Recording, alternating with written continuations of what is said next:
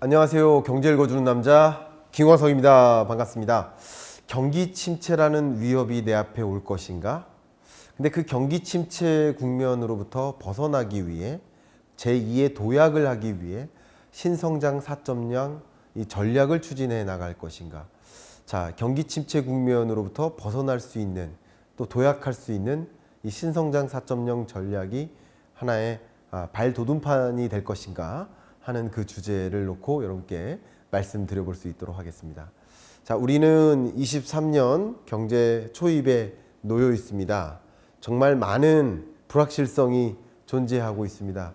내가 정말 어디로 가야 될지 방향성을 찾기가 참 힘든 그런 오늘인 것 같습니다. 이럴 때일수록 우리는 내가 지금까지 어디 정도로 와 있고 나는 어디로 향할 것인지, 그리고 그 다음 이 산을 넘어가면 내 앞에 어떤 것들이 펼쳐질 것인지를 꾸준히 지속적으로 들여다보면서 우리 갈 길을 정해야 되겠다. 나침판을 확인해 보면서 걸어가야 되겠다. 이런 말씀을 제가 좀 늘상 강조해 드리고 있는데요. 그래서 제가 23년 경제전망서의 앞부분에 이런 제가 아주 좋아하는 작가님의 그림이거든요. 이 그림을 같이 삽입했습니다. 아주 저 좋아하는 분인데 주로 책을 소재로 그림을 많이 그리십니다. 어쩌면 제 경제 읽어주는 남자 이 영상 채널이, 또 제 강의 영상이, 혹은 제 책이, 혹은 그 밖에도 정말 훌륭한 많은 그 전문가들의 여러 가지 조언들이 여러분들이 위에서 밑을 내려다볼 수 있게끔 만들어줄 수 있는 기회가 됐으면 좋겠다. 그럼으로써 좀 더 현실적으로 내가 어느 위치에 처해 있고 앞으로 어떤 기회와 위협이 있는 것인지를 좀 확인해 가면서 걸어가셨으면 좋겠다 하는 마음으로 이런 그림을, 이 그림에 저도 동감하면서 이 그림을 삽입한 바 있는데요. 그런 관점에서 23년 경제를 좀 그려보고 어떻게 대응할지를 생각해 봐야 되겠다 의견을 드리겠습니다. 마침 정부에서 한국 경제를 전망하는 전망치를 제시했습니다. 근데 제가 지난 10월에 Great Recession 23년 경제 전망을 발표하면서 23년 경제는 1.9% 성장할 거야. 녹록치 않은 경제 2%라는 잠재 성장률을 밑돌 거야. 이렇게 전망을 했었죠. 그리고 이어서 11월 KDI가 1.8%로 전망치를 낮춰잡고요. 또 이어서 한국은행이 1.7%로 낮춰잡았습니다. 그리고 12월 들어서 기획재정부는 1.6%로 한국 경제를 가장 부정적으로 판단하고 있는 모습인 것 같습니다. 통상적으로 정부의 경제 전망치는 목표치냐 전망치냐 정확히 구분해서 발표하라 라는 지적을 많이 받아왔을 만큼 다소 낙관적으로 전망하는 경향성이 있었죠. 여러분들도 다 이해하실 겁니다. 그런데 이번에 전망치는 오히려 다른 어떤 기관들보다 더 낮게 잡고 있다는 것은 그만큼 기획재정부가 혹은 우리나라 정부가 23년 경제가 정말 녹록치 않음을 시인하고 정말 험난한 경제임을 인정하고 이렇게 어려운 상황을 어떻게 이겨내 볼까 하는 이겨내는 방향성, 방법론에 더 집중을 하자. 이 어려운 국면임을 충분히 인지하고 대응책을 강구하자 하는 그런 입장의 표명이지 않을까 하는 생각도 저는 듭니다. 근데 이 1.6%라는 한국 경제 성장률이라는 이 숫자의 의미는 우리나라의 매년 경제가 지난해보다 얼마나 성장했는지를 보여주는 경제 성장률의 흐름을 좀 보시면 1960년 이래로 4번의 경제 위기가 있었고 1980년 마이너스 1.6% 오일 쇼크에 따른 충격, 1998년 IMF 외환 위기에 따른 충격, 그리고 2008년 글로벌 금융위기에 따른 충격, 마지막 2020년 팬데믹 경제 위기에 따른 충격, 이 4번의 경제 위기를 우리는 딱 경험했어요. 1960년 이래로 이 4번의 경제 위기를 제외해 놓고 보면 23년 경제가 가장 성장률이 낮습니다. 그러니까 23년 경제는 그런 면에서 경제 위기급은 아니지만 경기 침체로 볼 만하다라는 말씀을 좀 드려왔고, 제가 이제 많은 유튜브 채널이나 방송에 출연하면서 23년 경기 침체 온다라고 말씀드렸는데, 오히려 이 전망치를 비교해 보시면 제가 과하게 하방으로 보고 있는 사람은 아니구나라는 것을 느끼실 수 있을 거라고 생각이 됩니다. 보시는 것처럼 저는 다른 기관보다 오히려 우리 한국 경제를 23년 긍정적으로 전망하고 있다는 거예요. 긍정적으로 전망하고 있는 것은 사실이고, 그러나 1.6에서 1.9% 이 수준의 우리나라 경제 성장률은 경기 침체라는 거죠. 경기 침체 국면에 진입한다라는 거, 이것은 명확한 사실이라는 거죠. 우리가 1960년 이래로 정말 60여 년 동안 4번의 경제 위기를 만났는데, 그 4번을 제외하고 가장 낮은 성장률, 그리고 잠재 성장률 2%도 채 안 되는 성장률, 이걸 경기 침체라고 보지 무얼 경기 침체라고 볼 수 있겠습니까? 그래서 23년은 말 그대로 경기 침체 온다. 제가 절대 뭐 이렇게 공포감을 조성하고 그런 목적이 아니라 23년 경제를 바로 알자, 직시하자라는 의도가 내포되어 있다라는 것을 좀 다시 한번 이해해 주시길 바라겠습니다. 정부의 23년 경제 전망을 보면 말 그대로 22년 2.5%, 23년 1.6%로 큰 폭으로 하향 안정화된다는 표현이 맞을지 모르지만 하락할 것으로, 경제 성장률이 하락할 것으로 전망이 되고요. 그런 과정에서 특히 여기 보시면 수출 통관 기준의 수출이 마이너스 4.5%예요. 마이너스 4.5%, 이거는 상당히 심각한 상황이라는 것을 말씀드릴 수 있고요. 여전히 고물가가 유지되는 3.5%에 2%라는 목표 물가를 상회하는 여전히 고물가 기조가 유지되는 형국이고요. 취업자 증감 폭을 본다면 2022년은 81만 명이나 증가했는데 2023년은 10만 명으로 많이 쪼그라들 것이다, 이렇게 전망하고 있으니까 23년 경제를 이렇게 관찰해 보시면 좋은 게 있어 보이십니까? 네, 없어 보이십니까? 그게 경기 침체를 보여주는 그 숫자들인 거죠. 정부마저도 이렇게 23년 경제를 혹독하게 바라보고 있다. 자, 그래프를 통해 좀 다시 한번 설명해 드릴게요. 실질 GDP의 증가율이 1.6%니까 이게 많은 것을 보여주지만, 그 실질 GDP를 구성하는 지출 항목별 그 부문들을 생각해 보면 민간 소비가 나는 버텨준다, 2.5%죠. 근데 설비 투자, 건설 투자가 마이너스예요. 설비 투자, 건설 투자는 곧 기업의 투자라고 볼 수 있겠고요. 기업은 이렇게 경기 침체를 반영하듯, 높아진 금리를 반영하듯, 이렇게 높은 금리에 대출 끼고 사업할 수가 없어 라고 판단하면서 설비 투자 용량을 줄여요. 마이너스 2.8%. 공장도 축소시킵니다. 건설 투자도 마이너스. 그리고 그렇다고 해서 수출이 좋으냐? 수출이 좋지 못해요. 우리나라의 교육 구조가 그러하다. 왜냐하면 우리나라도 설비 투자, 건설 투자를 줄이지만 세계 각국이 이렇게 줄여나가는 과정이에요. 특히 미국, 유럽, 일본과 같은 주요 선진국들, 우리나라의 수출 대상국들이 이렇게 기업들의 투자가 위축되는 과정에서는 그만큼 우리나라의 자본재죠. 자본재 수출이 줄어요. 중간재 수출이 줄어요. 여러분, 반도체가 뭡니까? 중간재 아닙니까? 선박 수출하죠. 이게 뭡니까? 자본재예요. 이런 수출이 줄어요. 더군다나 소비도 마찬가지예요. 이렇게 기업들이 설비 투자 줄이고 건설 투자 줄이고 이러면 고용이 위축되죠. 고용이 위축되는 걸 앞에 보여드렸죠. 10만 명 증가한다, 이게. 그러면 이렇게 고용이 위축되는 과정에서는 신규 채용이 어려우니까 평균적으로 우리들의 명목 소득 자체가 줄어요. 명목 소득 자체가 줄어드는 그런 과정에서 소비가 탄력적으로 일어날까? 아니에요. 그래서 가전제품 바꿀까? 자동차 바꿀까? 스마트폰 바꿀까? 하는 생각을 뒤로 자꾸 지연시킵니다. 그죠? 그게 소비 위축인 거예요.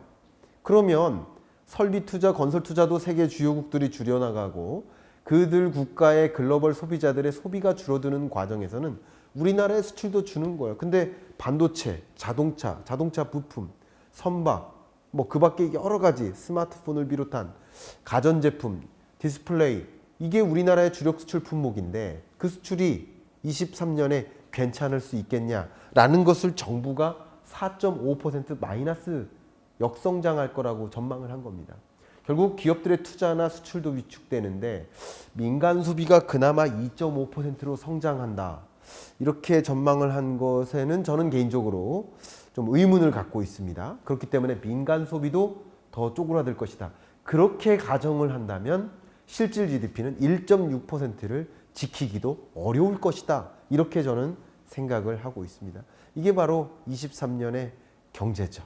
정부마저도 경제를 이렇게 판단하고 있다는 것은 매우 냉엄한 현실이다. 근데 수출이 마이너스인데 수입은 왜 마이너스냐? 우리나라는 기업들의 설비 투자, 건설 투자가 줄어드는 과정에서는 결과적으로 원자재나 부품을 수입할 일도 줄어든다. 수입이 마이너스 6.4%로 감소한다는 것은 물론 다른 요인도 있습니다. 원자재 가격이 하락한다든가 여러 가지 요인들이 있습니다만 기본적으로 수입이 이렇게 급감한다는 것은 우리나라 내수 경제의 침체를 보여주는 단면이라고 볼 수 있겠습니다. 이렇게 23년 경제가 녹록지 않겠다, 어렵겠다 이렇게 판단할 만한 근거가 너무 많아지는 과정에서 정부는 뭔가 제도약을 해야 되겠다 하면서 발표를 했죠. 12월 19일자로 신성장 4.0 전략 추진 계획을 발표했습니다. 이 내용을 보시려면 좀 여러분 시간을 많이 갖고 보셔야 되기 때문에 제가 길게 다 말씀드리긴 어렵겠고요. 간략하게나마 이 신성장 4.0 전략의 주요 내용들을 정리해서 말씀드려볼까 합니다.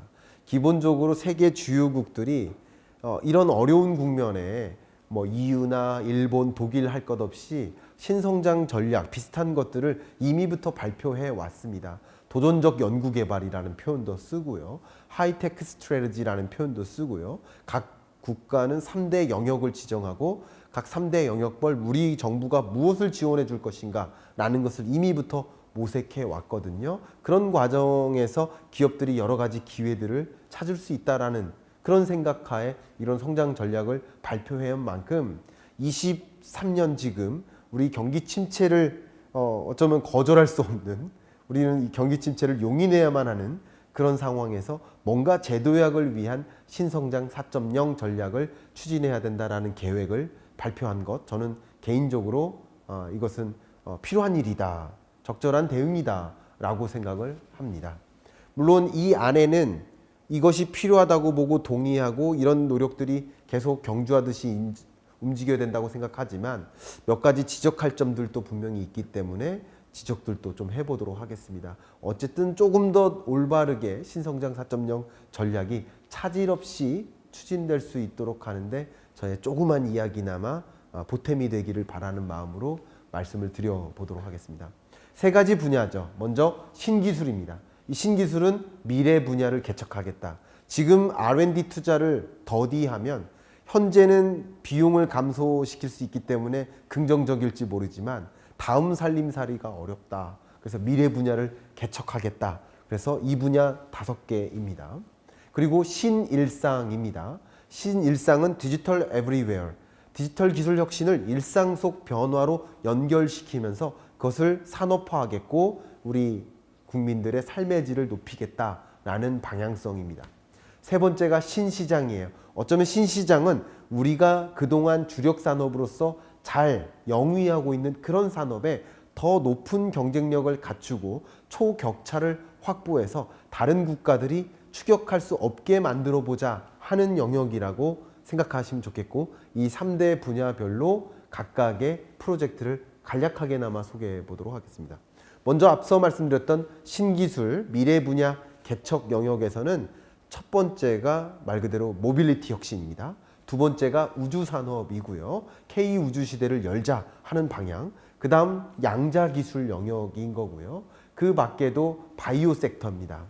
첨단 재생 의료 치료제를 개발한다든가 감염병으로부터 완전히 안전한 나라를 만들자 하는 방향성 하에 이 신기술 분야에 더 많은 R&D 투자를 기업들이 진행할 수 있도록 유도해 보겠다. 그 밖에 차세대 원자로라든가 또 수소, 신재생 에너지 이런 영역도 적극적으로 우리가 달려나가겠다. 그런 부분을 지원해 주겠다라는 방향성을 제시했고요.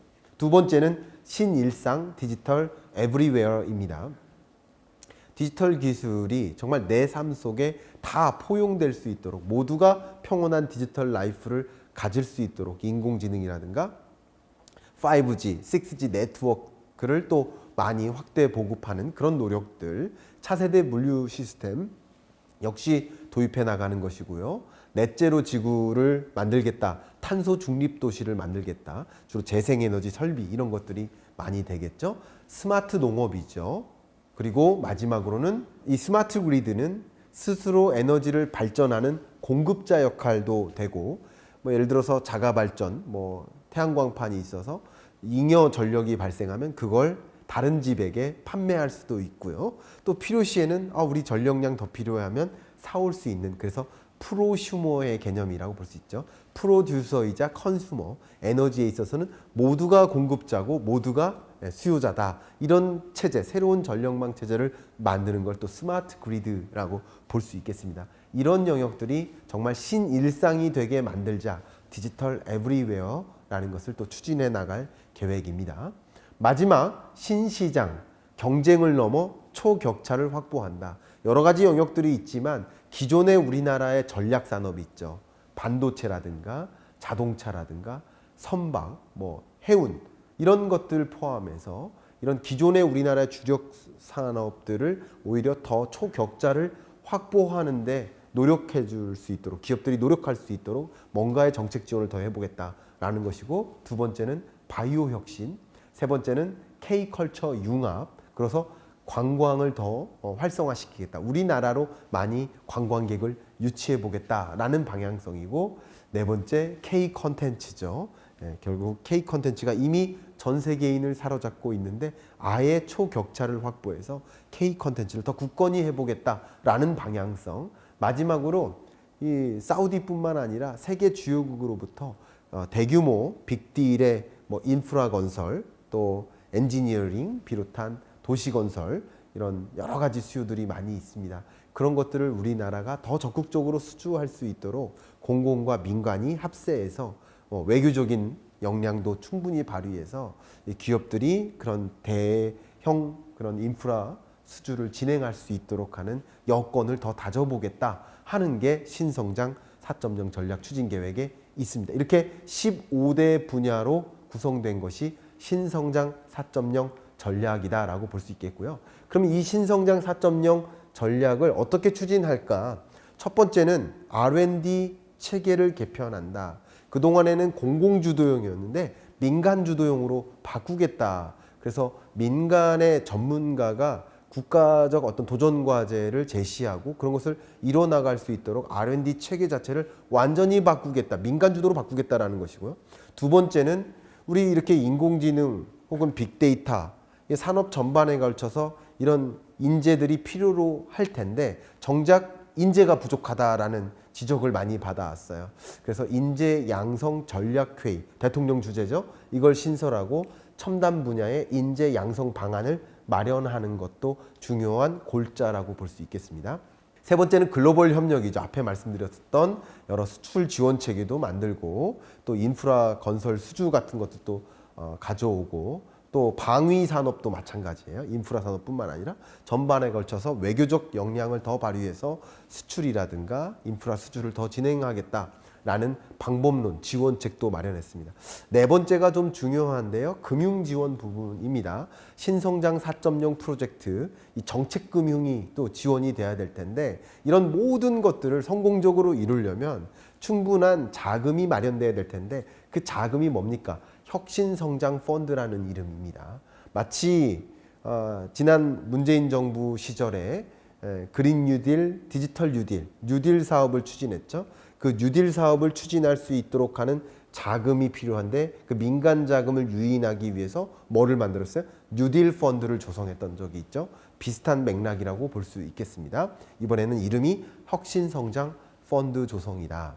그리고 그 밖에 외투 기업도 적극적으로 신산업 전환에 투자할 때 현금 지원 요건을 좀 완화하겠다라는 것도 검토하고 있고요. 마지막으로 규제 혁신이 있습니다. 이렇게 신산업을 적극적으로 추진하려면 그 신산업에 부합할 만한 규제 환경이 마련돼야 되는데 지금 우리 저렇게 갈래요? 라고 하는데 규제가 환경이 안 따라오면 어떻게 됩니까? 안 되거든요. 그래서 규제를 오히려 선제적으로 완화해야 된다라는 그런 여러 산업계에서의 니즈가 많이 부상했었는데 자율주행차가 운행될 수 있고 시범 운영되게 하려면 자율주행차가 운용 가능한 그런 교통법규, 규제 환경이 마련돼야 될 텐데 기존 자동차가 운행될 만한 좋은 법규 시스템은 구성되어 있지만 자율주행차가 운행될 만한 법적 제도적 장치가 아직 부재하다 그러면 자율주행차가 어떻게 보급되겠습니까? 그죠? 그게 바로 1번 아닙니까? 미래형 모빌리티. 그런 관점에서 신성장 4.0을 추진하려면 규제 혁신도 같이 맞물려서 진행해 보겠다라는 것입니다. 여기 여러 가지 추진 방법에 있어서 저는 이 15대 분야를 선정한 것은 이견이 없습니다. 그런 부분을 차질 없이 잘 진행하기 위해서는 방향성은 좋으나 방법론이 좀 필요할 텐데 기본적으로 몇 가지 조언을 좀 드려보도록 하겠습니다. 첫 번째는요, 인재 양성 프로그램을 운영하는데 인재 양성이 단순히 교육 프로그램으로 끝나면 안 됩니다. 이 인재 양성 프로그램들을 여러 공공기관을 통해서 가동하겠지만 그게 인재 양성인지 그 목적 자체가 강사 양성인지 구분해야 됩니다.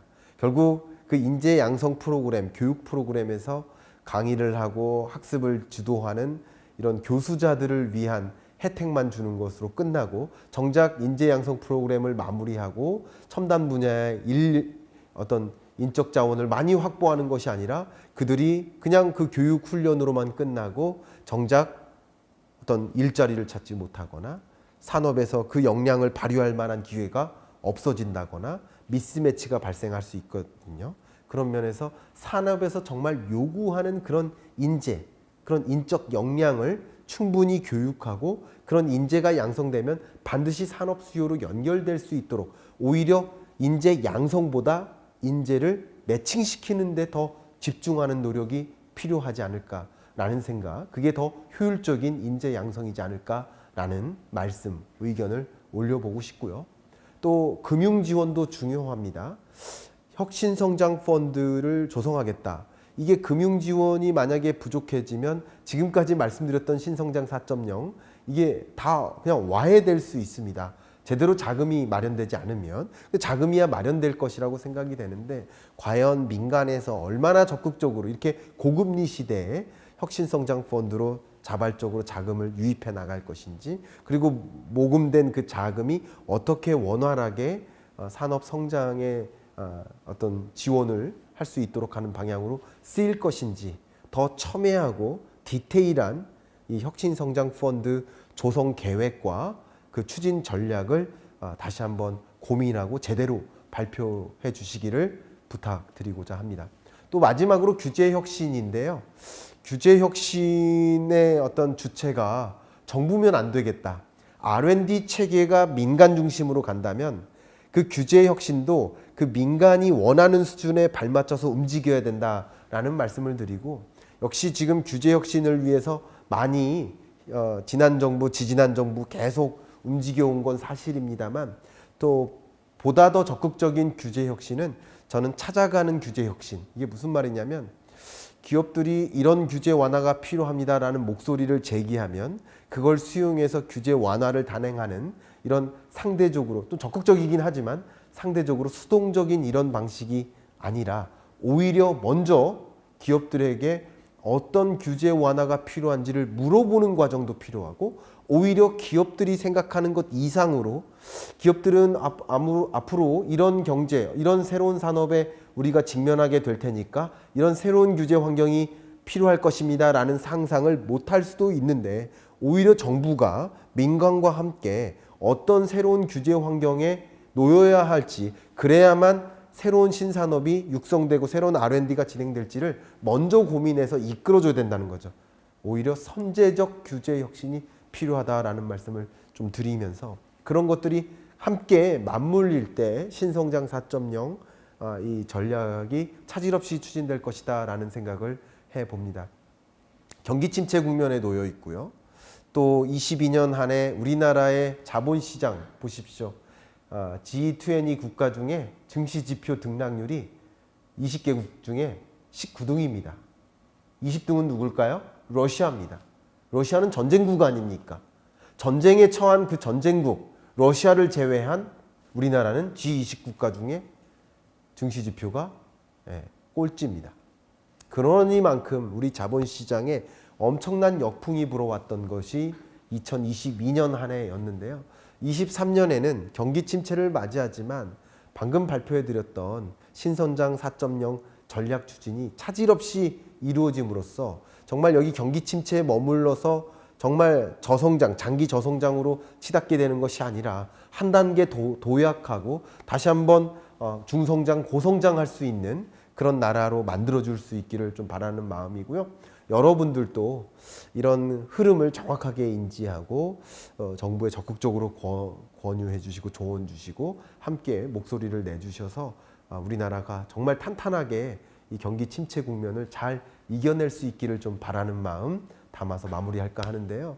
정말 어려운 경기 침체 국면에 도움도 청해야 되고 조언도 받아야 되고 뭔가 지원책도 받아야 되고 가이던스도 받아야 되고 정보도 필요하고 여러 협력, 지원, 어시스턴트도 필요할 텐데 여러 가지 필요한 것들이 많은데 부디 제 경제 읽어주는 남자 이 영상 하나하나가 여러분께 이런 다양한 도움과 조언과 협력, 지원에 부합하는 그런 정보를 제공해 줄 수 있는 채널로 여러분께 역할을 해드릴 수 있기를 바라는 마음, 이번 주 영상도 그래 주었으면 좋겠다 하는 마음 담아서 이번 주 경제 읽어주는 남자 마무리하겠습니다. 감사합니다.